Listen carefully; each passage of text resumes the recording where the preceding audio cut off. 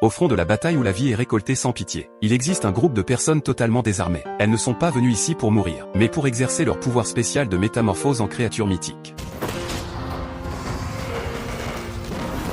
Dès que le corps de dragon de Mike a fait son apparition, ses camarades d'équipe ont également pris leur forme l'une après l'autre. Une bataille qui semblait être une défaite certaine, grâce à leur intervention, a été remportée avec une supériorité écrasante sur le champ de bataille. Les hauts remparts se sont transformés en tombeaux pour les ennemis. Ce sont les soldats quasi-divins, créés par une technologie interdite. Chacun d'entre eux possède une force comparable à celle des dieux. C'est pourquoi le monde les surnomme les sauveurs du pays. Grâce à cette force, ils ont ouvert la voie à travers épreuves et dangers, sans se rendre compte que les marques sur leur peau s'agrandissaient de jour en jour, jusqu'à ce que le premier membre de l'équipe soit partiellement assimilé par la transformation. Juste après la fin de cette bataille, l'homme capable de contrôler le serpent à 3 têtes a complètement perdu le contrôle. D'un seul coup de gueule, il a réduit en cendres 3 prisonniers ennemis. Le gaz toxique qu'il a craché n'a fait aucune distinction entre alliés et ennemis. Il a anéanti tous les soldats aux alentours. C'est alors que le capitaine a réalisé les effets secondaires des soldats quasi-divins.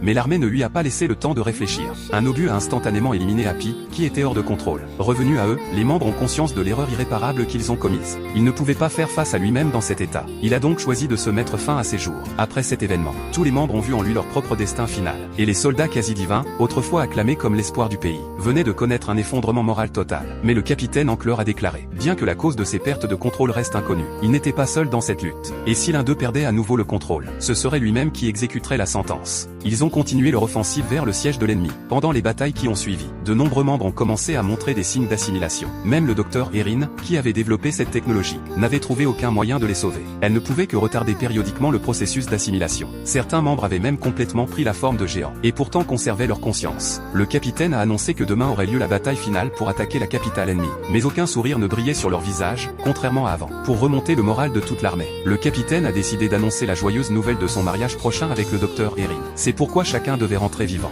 pour être témoin ensemble de ce mariage. À cet instant, un nouvel espoir a germé dans le cœur de chacun. Mais le destin est cruel. Le soir même, Erin a dit au capitaine, cette guerre était en fait déjà terminée. Les deux pays avaient signé un traité de paix, mais la condition de ce traité était d'abandonner toute la légion des soldats quasi-divins.